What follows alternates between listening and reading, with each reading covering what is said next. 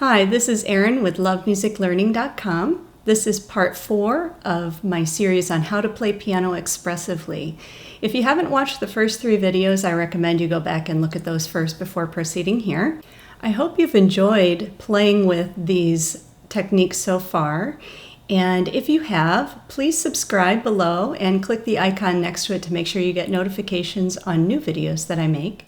Also, I'd love to hear suggestions on new videos. If there's anything about learning piano that you'd like to hear more about, practice techniques, performance anxiety, things like that, feel free to comment below and I'll make a video on that. So today I'm going to cover the last 5 portamenti, and these are a little different than the other ones. They're used a little more globally, so the demonstrations are just a little bit different. It's more explanation. I want to stress that these techniques not only help with being expressive in music, but the act of playing more expressively actually helps with performance anxiety. That can be anywhere from playing in a recital to just playing for your family or for your teacher. And the reason is when we get nervous, we tend to focus on things that we don't focus on when we're playing by ourselves. So we focus on playing perfectly, getting all the notes right, or we get easily distracted by sounds and that kind of thing.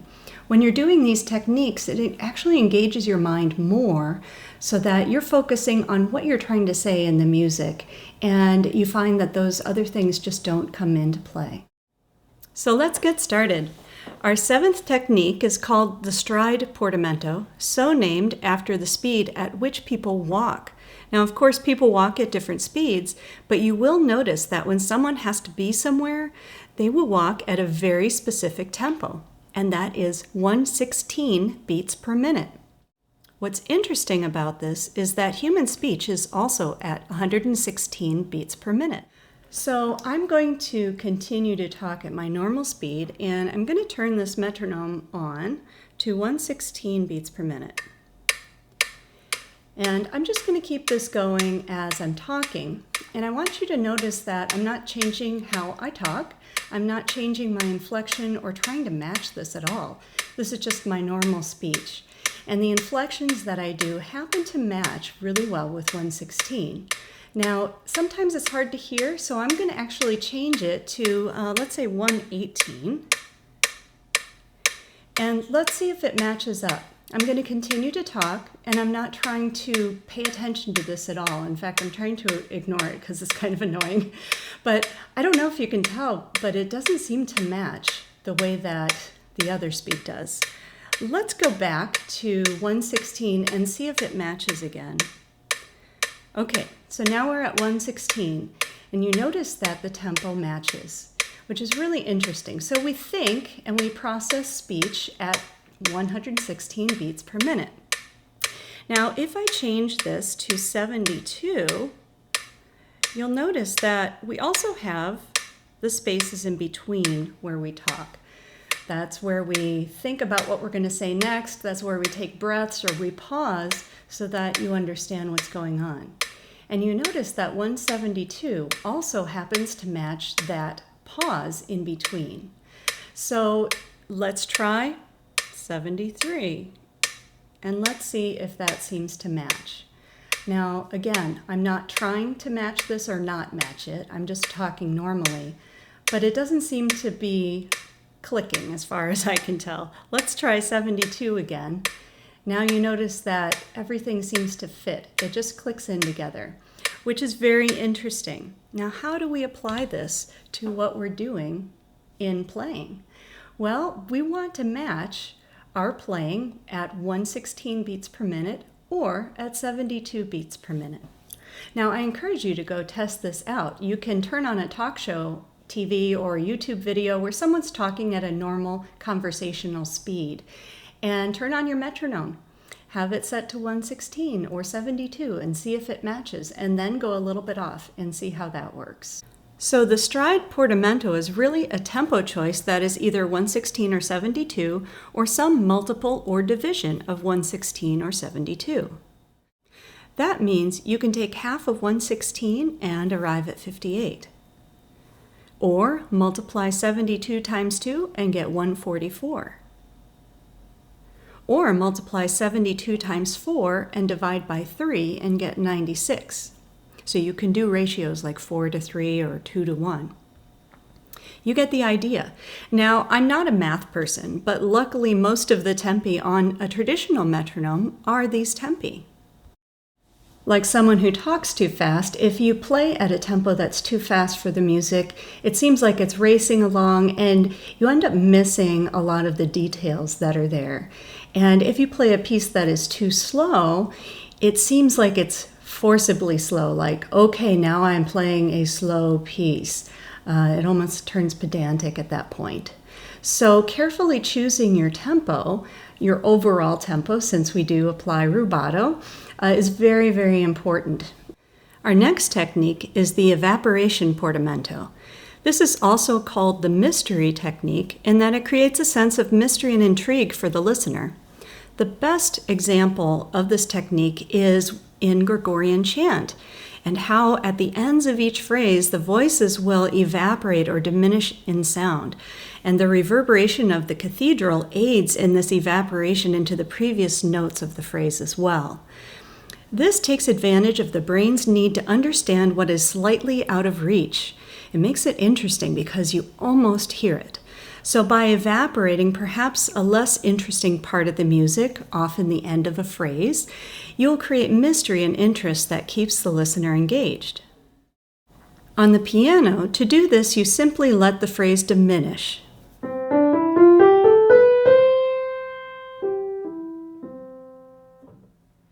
Or another example is you can use the damper pedal in places to build up the sound towards the peak of the phrase at a higher volume, and then the rest of the phrase you diminish in sound and let it evaporate into that pedal.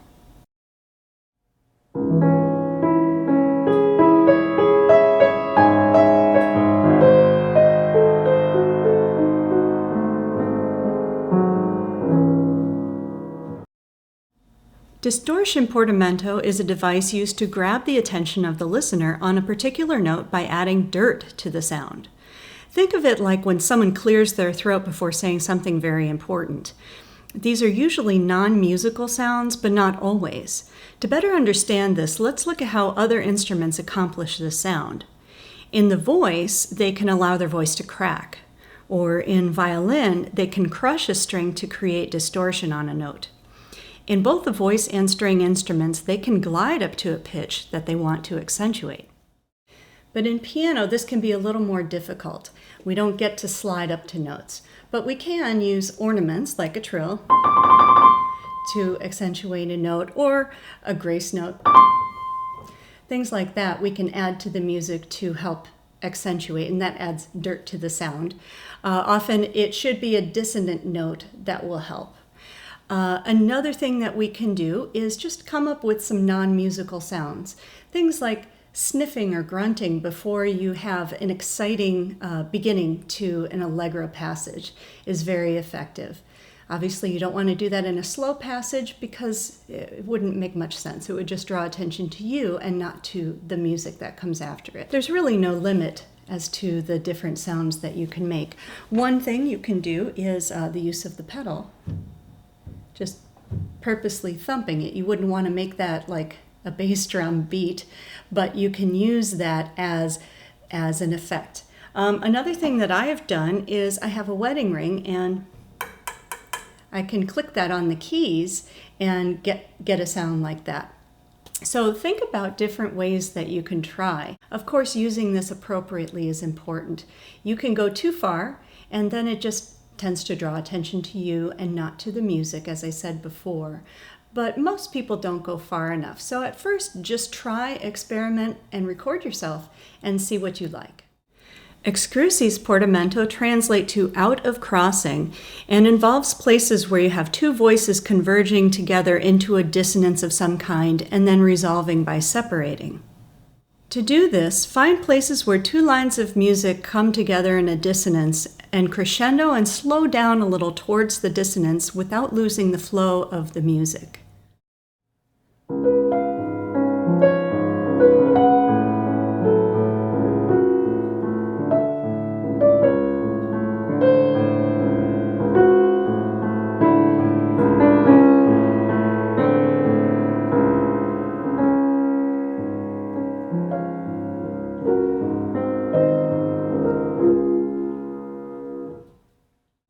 Our last technique is called the voice leading portamento.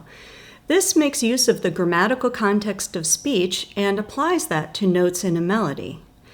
Take, for example, this sentence. I went to the grocery store to pick up some bread and butter. Now, look what happens when I scramble it up. The to bread grocery I up butter went pick to some and store. It loses all sense because you lose the hierarchical importance of each word in a sentence when you scramble it up. Each word becomes equally important or unimportant. Musical notes in tonal music have the same syntactical hierarchy that the brain can perceive. Every note in a diatonic scale, for example, the key of C major, C, D, E, F, G, A, B, refers to the tonic with its own placement and function. Knowing this relationship will help you decide which note is most important in a phrase. The easiest way to learn this is to listen to great singers. I think opera singers do this the best. And read the notes as they sing them so you can see how they're making sense out of that musical line. Then you can try singing the melody in a piece of music that you're working on in that same way. This is the cantabile, or singing style of playing that was referred to in the quote about Bach and his sons I referenced earlier. So let's look at that one more time. Bach himself, his sons, and Forkel performed the masterpieces with such a profound declamation that they sounded like polyphonic songs sung by individual great artist singers. Thereby, all means of good singing were brought into use. No cercare, no portamento was missing. There was even breathing at the right places. Bach's pieces want to be sung with the maximum of art. Here's a list of all the portamenti I've covered in this series. If you'd like to receive a free PDF document that lists all the portamenti with brief descriptions to assist you in applying them to your own playing, please sign up for my newsletter with the link below. Now I'll play a demonstration piece using these techniques where applicable. Bach's Prelude in C.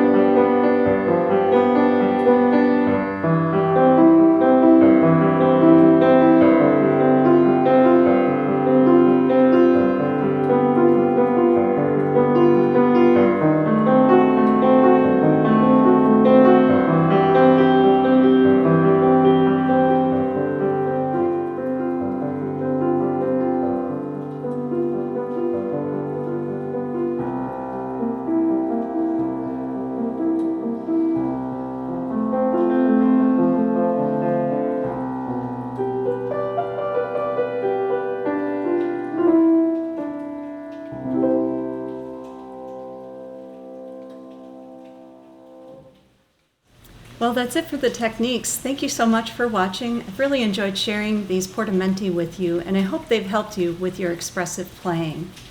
Just so you know, I am creating a course that will go into more depth on how to apply these to your piano playing, whether you're a beginner, intermediate, or advanced student. You will also be able to get weekly video feedback from me on your progress. If you're interested in finding out more, please subscribe to my newsletter so you'll get notification when that is available, and also you'll get some more information on a discount. Thank you so much for watching. This is Erin with LoveMusicLearning.com.